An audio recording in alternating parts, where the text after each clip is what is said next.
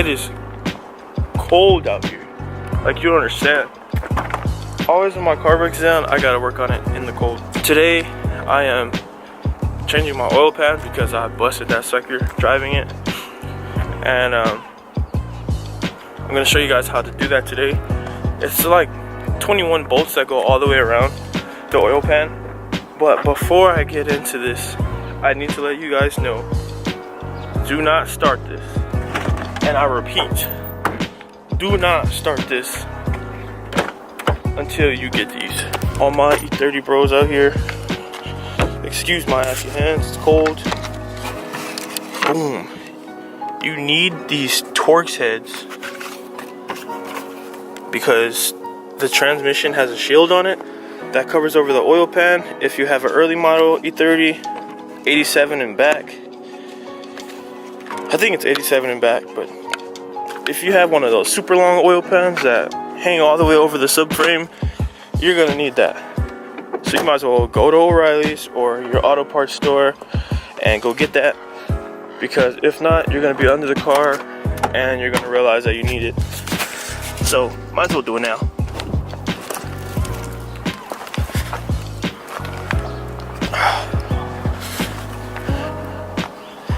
All right, now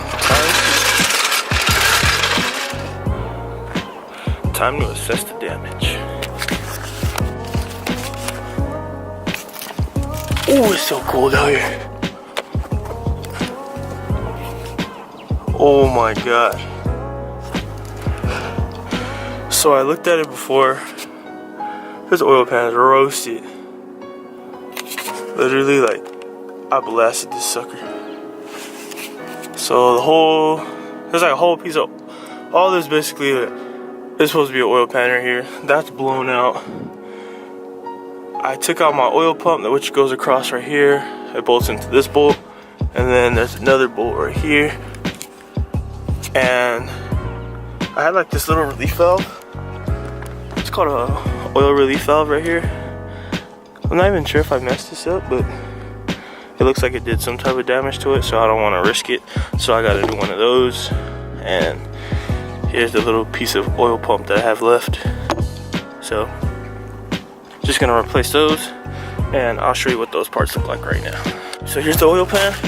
You see how long it damn. Alright, so here's the oil pan. You see how long it is. This part goes over the subframe, back into the transmission, which starts here. It's like a little shield that goes over it. And here's what your oil pump looks like. And your oil pressure relief valve. So yeah, we good. And of course your handy dandy oil gasket. So now only to get started, I'm gonna start wrenching this thing off and we should be good.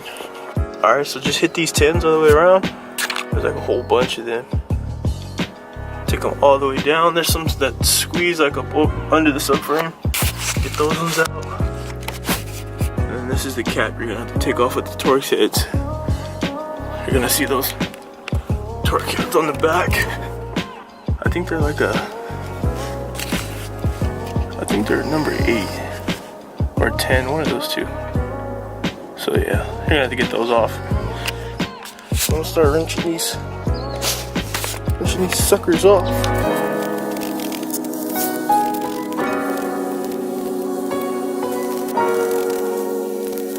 The tool I'm gonna recommend getting is box head.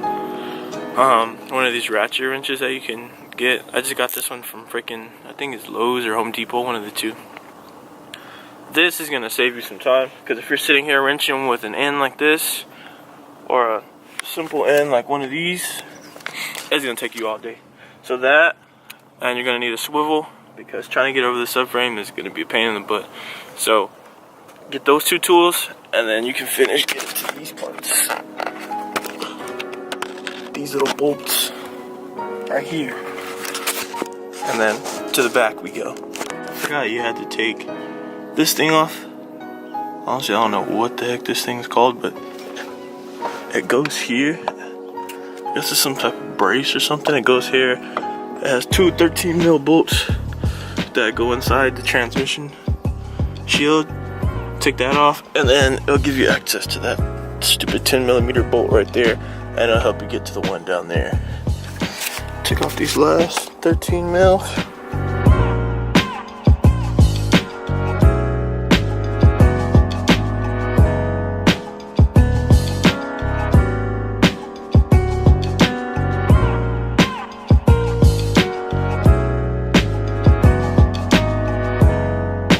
Alright, a little fun fact right here.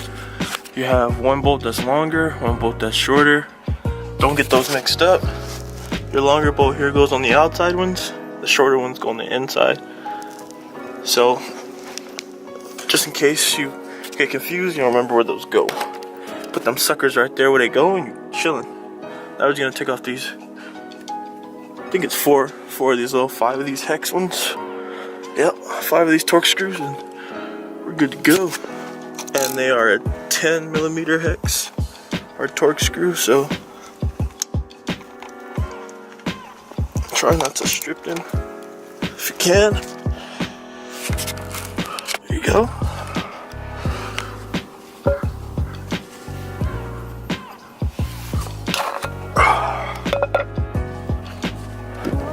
And there's the rest of your 10 mils. It's like 2, 4, 6 of them left. Take those off, and the pan's yours. Alright, all the bolts are off. The oil pan is loose. So here's the hard part. Normally, you have your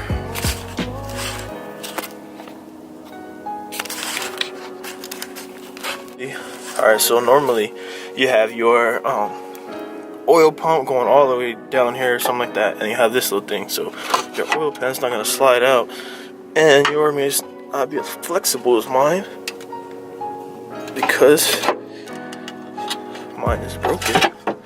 So I think if you just finesse your way out of there, it should be good.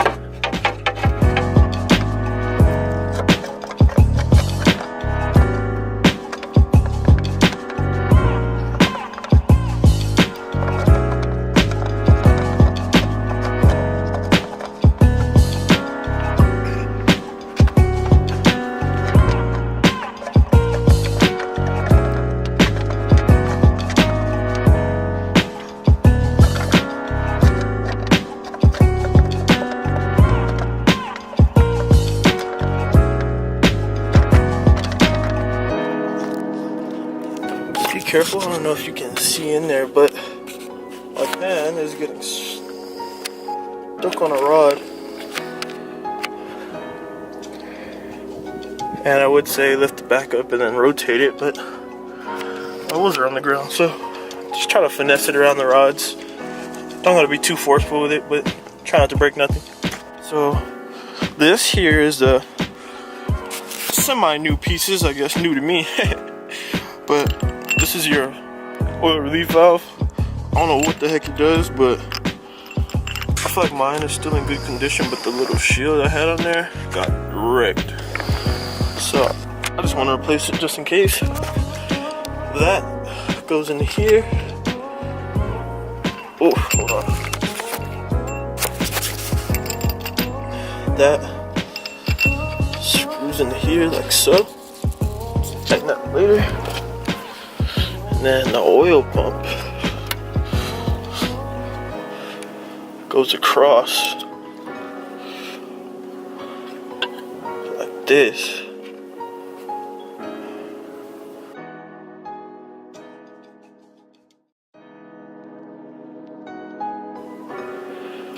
I need to shorten this thing. Imagine shortening it. I wonder if anyone does that.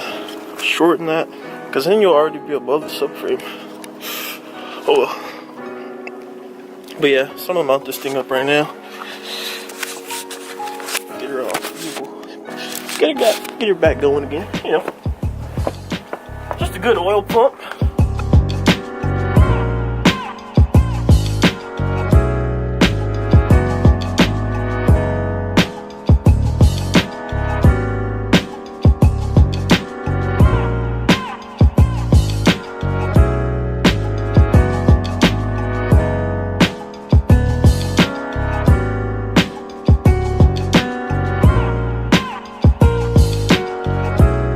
don't got the proper wrench, so this bad boy will work. A little cressy, you know what I'm saying? Just make sure you don't strip your junk. That should be good. She ain't going nowhere anytime soon. Alright, just double check. Make sure all your bolts are tight. Alright, I just got done scraping that old piece of gaskets that was on there. It's a bunch of little pieces. So just rub down on it, make sure it's clean, make sure nothing else is on there. So when you put the new gasket, you don't have to deal with oil leaks. Because trust me, having oil leaks is not fun. Everything gets dirty, parts under here gets nasty, so every time you need to work on your car, your hands are black as black. And I mean, I'm already black, so I'm not trying to have even blacker hands. So just clean up everything, make sure everything's nice and pretty. And then head over here to the oil pan. Gotta do the same for this. As you see that there's an old gasket stuck on here, so I have to scrape that junk off and then put the new baby on there. Alright, so now I put the oil sealer on, or the gasket sealer on the bottom side. Don't put it on your block side, because if you ever have to take your pan off, you're gonna have to scrape all that crap off. So just put it on your pan side. And yeah, now we gotta try to insert this thing in the engine. It's gonna be a little harder now because I had the oil pump on there, so I gotta try to weave it around the subframe, but we'll see how this goes. Yeah, this ain't gonna work. So we're gonna have to undo the motor mounts here. There's one here, and then there's another one here, and then jack up the engine a little bit, and then hopefully we'll be good. Take one out, slip it in between here. That. Alright, so right now I gotta jack up the engine right here. This is where I'm gonna put the jack at. Right here on the frame of the engine. I'll put the 2x4 in between there so it doesn't crack anything. It's a little, give it a little cushion. And I'm gonna raise the engine up just a little bit just so I can slip the stupid oil pan in there. I don't know why they designed the oil pan so dang long, but they did, so we're gonna deal with it. Alright, so I got the freaking oil pan in there. You have to just jack the engine up super high. You gotta disconnect both the motor mounts.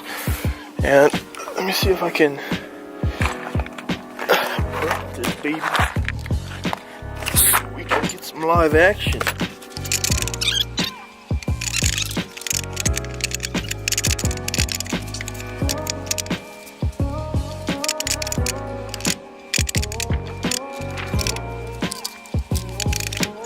Oh my god, talk about finessing. Boy, super finesse to get it in there. But I mean, I got it in there. It's not hella tight right now, it's just sitting in there loose. So all I gotta do is bolt it up and then connect whatever this wire is back to the other wire that's up there. And I'm about to go get a new ground cable and some oil to put in here, and then try to start her up and see how she runs. Hopefully I didn't break anything else. We'll see how it goes. Alright, let's do this. Alright, so I got the oil pan bolted all back up. All the bolts are on. Now, the last thing to put back on is the shield that goes here like that. That has the torque screws into it. So once I put that back on, then that's it. It wasn't too hard. I would say the expert level maybe probably 5 out of 10. You're definitely gonna need those torque screws though, and you're gonna need some extension, swivels, and a 10mm. So make sure you find that. And I mean, other than that, we're pretty much good to go. So I'm gonna go to the store, I'm gonna go get some oil, put it up in here, and see how she runs, and hopefully I didn't do any more damage than I thought I did. And got some more videos coming up. I'm